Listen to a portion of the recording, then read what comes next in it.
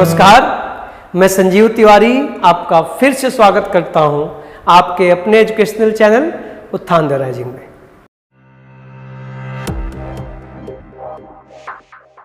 जैसा कि मैंने पिछले सेशन में वादा किया था कि आपको वर्ड पावर के साथ साथ ग्रामर के भी सेशंस अब उपलब्ध कराए जाएंगे और मैंने कहा था कि शुरुआत टाइम और टेंस से होगी। आपने उस सेशन को देखा होगा और आप शायद इंतजार में होंगे कि कब से शुरुआत होती है। तो मैंने वहां पर चर्चा की थी आपसे कि इंग्लिश में ट्रांसलेशन को करने के लिए टेंस के साथ साथ और भी बहुत सी चीजों का ध्यान रखना पड़ता है। हम लोगों ने वहां पर डिफरेंस को समझा था, टाइम और टेंस के डिफरेंस को। मैंने आपको बताया था कि टेंस सिर्फ ये बताता है कि किसी वर्ब का फॉर्म क्या होगा, अर्थात हम जब वाक्यों को लिखते हैं, व्हेन वी से और write something we use different forms of verbs, go, goes, went, gone, going, play, played, plays, playing, etcetera etcetera.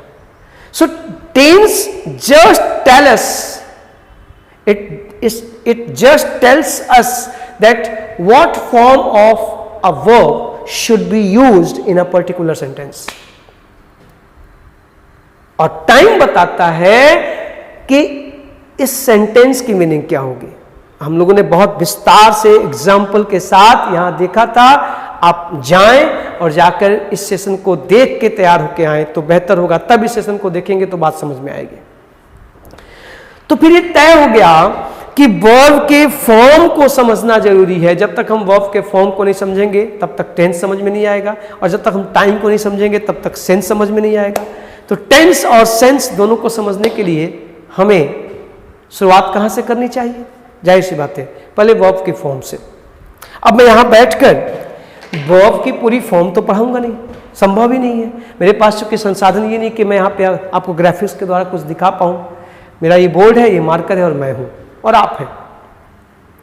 तो एक रिक्वेस्ट करूंगा कि कुछ चीजें, जैसे इंग्लिश में नंबर क्या है, पर्सन क्या है, जेंडर क्या है, ये जानना जरूरी है। वर्ब के फॉर्म्स क्या हैं, ये जानना जरूरी है। तो मैं रिक्वेस्ट करूंगा कि आपके पास जो भी कोई ग्रामर की बुक हो, वहां से आप कम से कम 1500, 500, 1000, 2000, जितना अधिक से अधिक, as many as you can, verb के फॉर्म्स याद कर लीजिए। तभी आप टेंसेस का सही प्रयोग कर पाएंगे, क्योंकि टेंस के अनुसार वर्ब की फॉर्म्स बदलती है, आपको उन्हें पहचानना। लेकिन आज मैं शुरुआत वर्ब के फॉर्म से ही करूंगा, आपको थोड़ा इंस्पायर करने के लिए, थोड़ा सा आइडिया देने के लिए कि आप कैसे चीजों को करेंगे। बुक से आप वर्ब्स के फॉर्म याद कर जाइए। आप जब वर्ब के फॉर्म्स याद करने चलेंगे तो वहां कुछ ऐसी वर्ब्स आपको मिलेंगी जो थोड़ी टिपिकल है, डिफरेंट है, अलग है, जिनका फॉर्म लिखते समय अक्सर आप गलती करते हैं। उन गलतियों से बचने के लिए मैं थोड़ा सा प्रकाश, हो सकता है वो एक सेशन में ना हो, उसको 2-3 सेशन में करना पड़े, क्या फर्क पड़ता है, मैं तैयार हूं। तो थोड़ा सा वर्ब के फॉर्म पे हम लोग पहले बात कर लें, क्योंकि वही टेंस को रिप्रेजेंट करती हैं। तो फिर हम लोग वाक्यों के प्रयोग की ओर जाएंगे तो मजा आएगा। तो दोस्त, अगर वर्ब के फॉर्म की बात करें तो फॉर्म के आधार पे वर्ब या तो रेगुलर होती है या तो इर्रेगुलर होती है या तो कांस्टेंट होती है। समझिएगा बात को। हम जब वर्ब के फॉर्म्स की बात करते हैं, ठीक, तो वर्ब की फॉर्म्स बनाते समय कुछ वर्ब्स रेगुलर होती हैं, कुछ इर्रेगुलर होती हैं और कुछ कांस्टेंट होती हैं। तो पहले आइए देखा जाए कि ये रेगुलर, इर्रेगुलर और कांस्टेंट वर्ब्स का विभाजन, इनके डिवीजन का आधार क्या है। तो आपके सामने आधार अभी दिख जाएगा। सबसे पहले हम लोग लेते हैं रेगुलर वर्ब्स को। तो रेगुलर वर्ब्स के बारे में कहा जाता है कि जिन क्रियाओं का पास्ट और पास्ट पार्टिसिपल, मतलब सेकंड और थर्ड फॉर्म, हम डी या ईडी जोड़कर बनाते हैं, उन्हें रेगुलर वर्ब्स कहा जाता है। कहने का मतलब कि रेगुलर वर्ब्स को अगर लें तो इसमें क्या आएगा? Play, played, plate. ये देखिए, जैसे होप, होप्ड, होप्ड, ये देखें इसमें ईडी जुड़ा, या जैसे लुक, लुक्ड, लुक्ड। आप देखें इन क्रियाओं में डी ईडी जोड़ने पर इनका पास्ट और पास्ट पार्टिसिपल बन रहा है। जब आप किसी क्रिया का रूप ऐसे बनाते हैं तो उन्हें रेगुलर वर्ब्स कहा जाता है ना। आप जहां पर भी देखिए, यहां पर ईडी जुड़ा, यहां पे ईडी, देखिए यहां पे डी जुड़ा, फिर यहां पे ईडी जुड़ा। तो जब भी किसी क्रिया का पास्ट या पास्ट पार्टिसिपल फॉर्म डी या ईडी जोड़कर बनाएं तो आप समझ जाइए कि आप रेगुलर वर्ब्स के फॉर्म बना रहे हैं, ठीक है।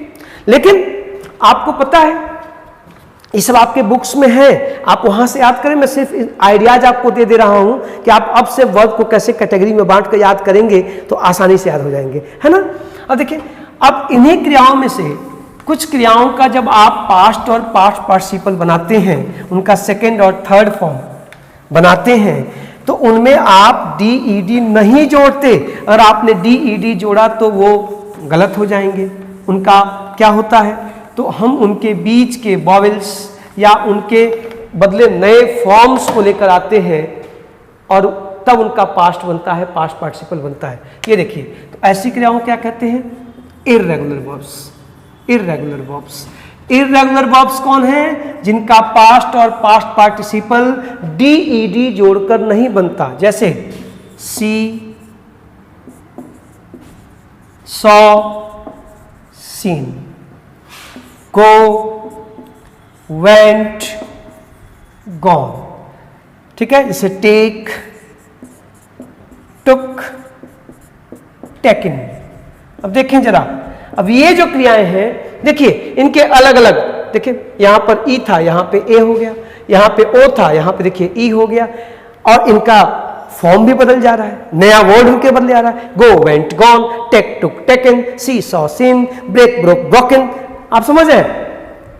अब यहां पर ये क्या डिफरेंस है, रेगुलर उनको क्यों कह रहे थे, क्योंकि उनके मूल रूप में, क्रिया के मूल रूप में ही हम डी या ईडी जोड़कर उसका पास्ट और पास्ट पार्टिसिपल बना रहे थे, इसलिए वो रेगुलर वे में चल रहे थे। लेकिन यहां पर देखो ये इररेगुलर वे में है। यहां सी है तो यहां सॉ हो गया, यहां सिन हो गया, यहां गो है तो यहां वेंट हो गया, यहां गॉन हो गया, यहां टेक है, यहां टुक हो गया, यहां टेकिन हो गया। देखो कैसे इररेगुलरली बदल रहे हैं, इसलिए इनको हम इररेगुलर वर्ब्स कहते हैं। अब ये वर्ब के फॉर्म्स आपको याद होने चाहिए अगर आप चाहते हैं कि ठीक से टेंस के प्रयोग अर्थात इंग्लिश ट्रांसलेशन को सीखें। और ये एक ऐसी चीज है, यहां पर अब कोई कैटेगरी नहीं है, आप 8th क्लास के विद्यार्थी हो, 9th के विद्यार्थी हो, या ग्रेजुएशन के हो, या एसएससी बैंकिंग की तैयारी करते हो, आप सबको इन चीज़ों के बारे में जानना चाहिए। तो जो छोटे मोटे मुन्ना मुनिया लोग हैं वो भी चाहे तो इस सेशन से जुड़ सकते हैं। हर हफ्ते 1 या 2 सेशन इस पर होगा, आप इसका फायदा उठा सकते हैं। अब सवाल यह है कि मैं इनकी चर्चा अलग से क्यों करना चाहता हूं, मामला क्या है। ये तो बुक में है, आप कहें कि सर हम रट लेंगे, आप क्यों नहीं सीधे टेंस की ओर चलते हैं।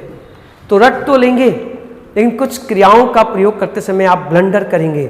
मैं उस ब्लंडर से आपको बचाने के लिए थोड़ा सा उसकी चर्चा करना चाहता हूं। हो सकता है इसके लिए 1-2 सेशन लगे, तो आप जुड़ जाइएगा, मैं इनको समझा लूंगा, कोई फर्क नहीं पड़ता है, 2 लगे चाहे 3 सेशन लगे। ये देखिए जरा, अब अभी आपने देखिए, जैसे आप कहते हैं कि फॉल, फेल, फॉलन, देखिए ये इर्रेगुलर वर्ब है। फॉल माने गिरना, सेकंड फॉर्म फेल और थर्ड फॉर्म फॉलन, ठीक। इसका आईएनजी फॉर्म क्या होगा, फॉलिंग, ठीक है। ये सब आप जानते हैं, आपको याद होगा, मुझे पूरा विश्वास है। लेकिन साहब जरा इसके सेकंड फॉर्म पे ध्यान दीजिए। ये जो फेल है, इस फॉल का पास्ट है, इसका मतलब होता है गिरना, लेकिन ये फेल अपने आप में खुद भी एक वर्ब है, खुद भी एक वर्ब है, और इसका मतलब होता है काट कर गिराना, काट कर गिराना। या देखिएगा, खासकर किसी पेड़ को काट कर गिराना, युद्ध में दुश्मन की गर्दन को काट के गिराना, उसके लिए फेल का प्रयोग करते हैं। अब आप ध्यान से देखो, अब कंफ्यूजन कहां होगा। यही फेल इस फॉल का सेकंड फॉर्म है, और यही फेल अपने आप में एक मूल वर्ब है, बेसिक वर्ब है। तो इसका अगर कोई कहे कि रूप बनाओ तो आप कहोगे फेल, फेल्ड, फेल्ड। अच्छा, फोर्थ फॉर्म देखिएगा फेलिंग। देखें जरा, अब अगर इन चीजों से आप परिचित नहीं हैं तो कोई आपसे कह सकता कि बेवकूफ, पास्ट का पास्ट बना रहे हो। नहीं, ये प्रेजेंट का पास्ट बना है। ये फेल अपने आप में एक स्वतंत्र वर्ब है, और ये फेल इस फॉल का पास्ट टेंस है। अब आपको यहां सतर्क रहना पड़ेगा कि कब आप फेल का प्रयोग प्रेजेंट में कर रहे हैं, कब आप फेल का प्रयोग पास्ट में कर रहे हैं। अब इसका ये सेकंड फॉर्म है, यहाँ ये फर्स्ट फॉर्म है, और इसका रूप फेल, फेल्ड, फेल्ड। देखिए यहाँ पे फॉलिंग लिखा है, यहाँ पे फेलिंग लिखा है। Be careful, be careful. इसलिए वर्ब के फॉर्म्स को समझना जरूरी है ना। अब किसी ने अगर लिख दिया कि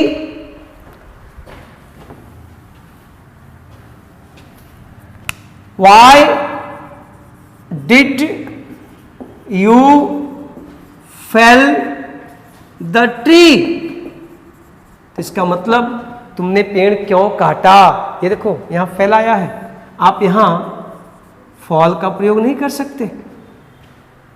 और उस देखिए यहां पर चूंकि डिड आ गया, डू डज डिड के बाद वर्ब की फर्स्ट फॉर्म आती है, देखो फेल, नॉट फॉल। तो fall, fail, fallen, fail, failed, failed. इस तरह से आप थोड़ा सा किताबों को ध्यान से देखें तो आपको और भी बहुत सी वर्ब नजर आएंगी। एक आध एग्जाम्पल और लीजिए और आप समझ गए हैं ये भूमिका मैंने क्यों शुरू की है। इसको थोड़ा सा मैं और तफसील से एक आध सेशन करके मैं कुछ क्रियाओं को, जिस तरह की जितनी भी टिपिकल वर्ब्स हैं उन सबको मैं आप तक पहुंचाने की कोशिश करूंगा।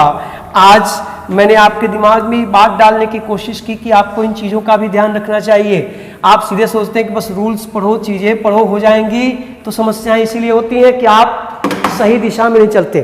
ये देखो, जैसे अभी आपने कहा सी, सॉ, सीन और सीइंग, ये देखिए बिल्कुल सही बात है, इरेगुलर वर्ब है। लेकिन ये जो सॉ है, ये सॉ इस सी का पास्ट है, ये आप सबको पता है। लेकिन ये सॉ अपने आप में भी एक वर्ड है, और ये नाउन भी है और वर्ब भी है। देखें जरा, जब ये नाउन है तो इसका मतलब है आरी, लकड़ी काटने वाली आरी, लोहा काटने वाली आरी, समझ है ना। और जब वर्ब है तो इसका मतलब होता है काटना। क्या काटना? आरी से काटना, लकड़ी काटना, रॉड काटना, आरी से काटना। अब देखिए, अब ये जब वर्ब है साहब, ये अपने आप में, फिर मैं कहूं ध्यान से समझे, ये सॉ यहां सी का पास्ट है, और ये सॉ अपने आप में स्वतंत्र एक वर्ब है, एक नाउन है, एक वर्ड है। अब ये जब वर्ब के रूप में आएगा तो आप इसका रूप लिखेंगे सॉ, सॉड, सॉन और सॉइंग। ये देखिए यहां पे सीइंग, यहां पे सॉइंग। ये देखिए third form sawn, second form sought, first form saw. अब ये देखिए, ये यहां प्रेजेंट है, मूल वर्ब है, बेस वर्ब है, यहां ये सेकंड फॉर्म है। ये जो लफड़ा है, ये जो लोचा है, अगर इस लफड़े और लोचे को आप नहीं समझते हैं तो फिर अनुवाद भूल जाइए। कभी आप प्रेजेंट को पास्ट में लिखेंगे, कभी पास्ट को प्रेजेंट में लिखेंगे। ऐसी तमाम वर्ब्स हैं, तमाम क्रियाएं हैं जो आपको तंग करेंगी। कुछ बहुत ही टिपिकल है जिस पर बहुत ही ध्यान देना होगा। तो मैंने आज इस सेशन में आपको ये इन्फॉर्म करने की कोशिश की कि अगर आप मेरे साथ टेंसेस का प्रयोग, ट्रांसलेशन की कला को ठीक से सीखना चाहते हैं तो पहले आपको बचपन याद करना पड़ेगा, फिर से एक बार बुक्स उठानी पड़ेगी, वर्ब्स को, उनके फॉर्म्स को ठीक से पढ़ना पड़ेगा, पर्सन, जेंडर, केस को समझना पड़ेगा, तब आप टेंसेस के नियम और उनके एप्लीकेशन को ठीक से कर पाएंगे, हमारे साथ चल पाएंगे। मैंने आज आपको इशारा किया कुछ वर्ब्स को लिख के, ऐसी दर्जनों टिपिकल वर्ब्स हैं जो हमेशा गाड़ी को फंसा देती हैं। मैं इस पे एक सेशन और तफसील से करना चाहूंगा ताकि वो जो टिपिकल वर्ब्स हैं वो आप तक पहुंचाई जाए। आज मैंने सिर्फ आपके दिमाग में ये बात डालने की कोशिश की है कि अगले सेशन में आप जब हमारे साथ जुड़े इस ग्रामर के अध्ययन के लिए, तो अपनी 10th या 12th वाली बुक उठाकर वर्ब वाले से चैप्टर्स में जाकर वर्ब के फॉर्म्स को ठीक से देख करके याद करके आइएगा। मैं कुछ और वर्ब्स के बारे में नेक्स्ट सेशन में बात करूंगा, शायद आप चौंके भी और चमके भी, आपको मजा भी आए। तो तैयार रहिए। टेंसेस के प्रयोगों से पहले कुछ बेसिक चीजों को समझने और जानने के लिए मैं जानबूझ के बाकी वर्ब्स की चर्चा अभी नहीं करता हूं। आपके अंदर मैं एक बेचैनी छोड़ना चाहता हूं कि आप देखें पहले कि ये चीजें कहां हैं, कैसे हैं। फिर कुछ क्रियाएं जो टिपिकल हैं, जो अक्सर एग्जाम्स में आती हैं, जिनका प्रयोग करते समय हम गलतियां करते हैं, उनका प्रयोग मैं इस बोर्ड पे आपको समझाऊंगा और तब हम वाक्यों के प्रयोग की ओर जाएंगे। आशा करता हूं कि आप सारे सेशंस का आनंद उठा रहे हैं, जुड़े हुए हैं। तो अपनी टिप्पणी भी करें और लोगों तक पहुंचाएं, अधिक से अधिक लोगों तक इसको पहुंचाने की कोशिश करें और जुड़े रहें, आनंद लेते रहें और अपने ज्ञान में सृजन करते रहें, ज्ञानवर्धन करते रहें। मिलते हैं नेक्स्ट सेशन में। Thank you.